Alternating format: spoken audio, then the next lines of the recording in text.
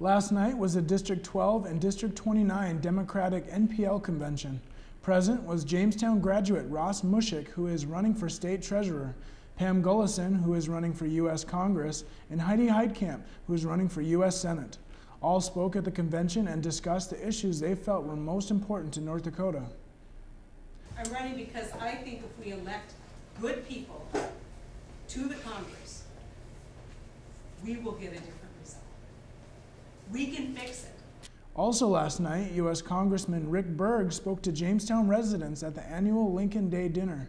The congressman stressed the impact of the upcoming elections will have on the country. This election is, in my opinion, one of the most important elections that we've had. The future of America is going to change after this election, one way or the other. He also discussed the nation's debt. We owe trillions of dollars to foreign governments. I said it yesterday, we spend $10 billion a day. We have $6 billion of income, and we're short $4 billion every single day.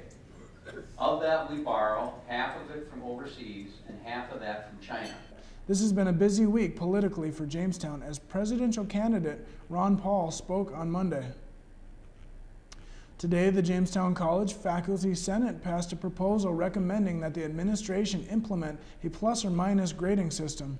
Much confusion has surrounded the grading issue due to a misunderstanding. During the discussion of the grading system, the Faculty Senate realized that they do not hold the power to change the grading system. The authority is given to the JC administration or the Board of Trustees. Now that it has passed, the next step is for the full faculty to vote on whether to ratify the Senate approval of the proposal, and then it will be up to the administration to decide. Well, the weather has taken a few turns the last few days. If we should expect some more snow, let's turn to Jessica Gulseth. Jessica? Thanks, Johnny. Well, I could shorten up the weather today by saying, Jamestown, it will snow all week. But I think you want more detail than that. Today felt fairly warm. In fact, we reached a high of 40 degrees and not much wind, so overall, not a bad day. Tonight, however, the temperatures will drop almost 20 degrees and a 50% chance of snow with an accumulation of a ½ inch or less. Tomorrow, scattered snow showers with a high near 33 degrees during the day and an overnight low of 19. Looks like tomorrow we'll see a 50% chance of snow during the day that will diminish as the night falls.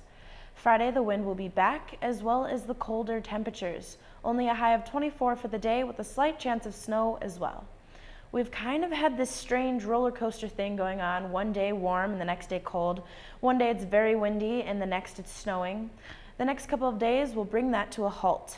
Saturday and Sunday will both be cold, temperatures in the 20s and a 50 and 60% chance of snow. Monday won't be much warmer, but only a slight chance of precipitation. Like I said, Jamestown, it's going to snow the rest of the week. And as the week ends the next week begins, we'll see some colder temperatures. So keep that in mind. That's all the weather for today, Jamestown. Now back to you, Johnny. In Denver, Colorado, what started as a small idea to help women across the globe has spawned a large fan base. Stay-at-home mom Kimba Langus began collecting unwanted bras for a charity called Free the Girls, which gave them to the young women coming out of sex trafficking in Mozambique. These bras are not worn, but sold in used clothing markets where bras are a luxury item and command top dollar. As it began with word of mouth, it soon evolved into a Facebook page, which has led to countless boxes of donations. The girls can make the 3 times the average wage, which is more than enough to support themselves and never be trafficked again. Well, to look at sports, let's turn to Tom O'Neill. Tom? The finals are set for the Class B Boys Basketball Regional Tournament in Regions 1 and 4 after last night's thrilling semifinal matchups. 3 of the 4 games that took place last night were decided by 1 point. In Region 4, Carrington took down 4 wins Minnewacan in a 62-61 victory. The other semifinal game in Region 4 ended up being quite the shootout as North Star barely edged out Warwick 86-85.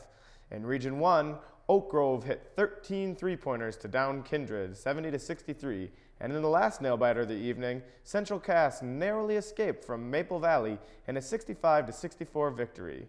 Finals in both regions will take place Thursday night. In professional sports news, the Minnesota Timberwolves were off last night, but look to get back to 500 tonight as they take on the Utah Jazz at home. The NFL Combine starts tomorrow, and after an abysmal 3-13 season, the Minnesota Vikings will be looking to land a franchise player with the 3rd overall pick in April's upcoming NFL Draft. A couple players the Vikings have their eyes on is left tackle Matt Khalil and Heisman Trophy winner Robert Griffin III. That does it for sports. Thanks for tuning in, sports fans. Back to you, Johnny.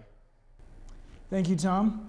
Well, that will wrap it up, Jamestown. Thank you for tuning in, and please join us again tomorrow when we will once again be connecting the campus with the community. I'm Johnny Jerome. Have a great evening.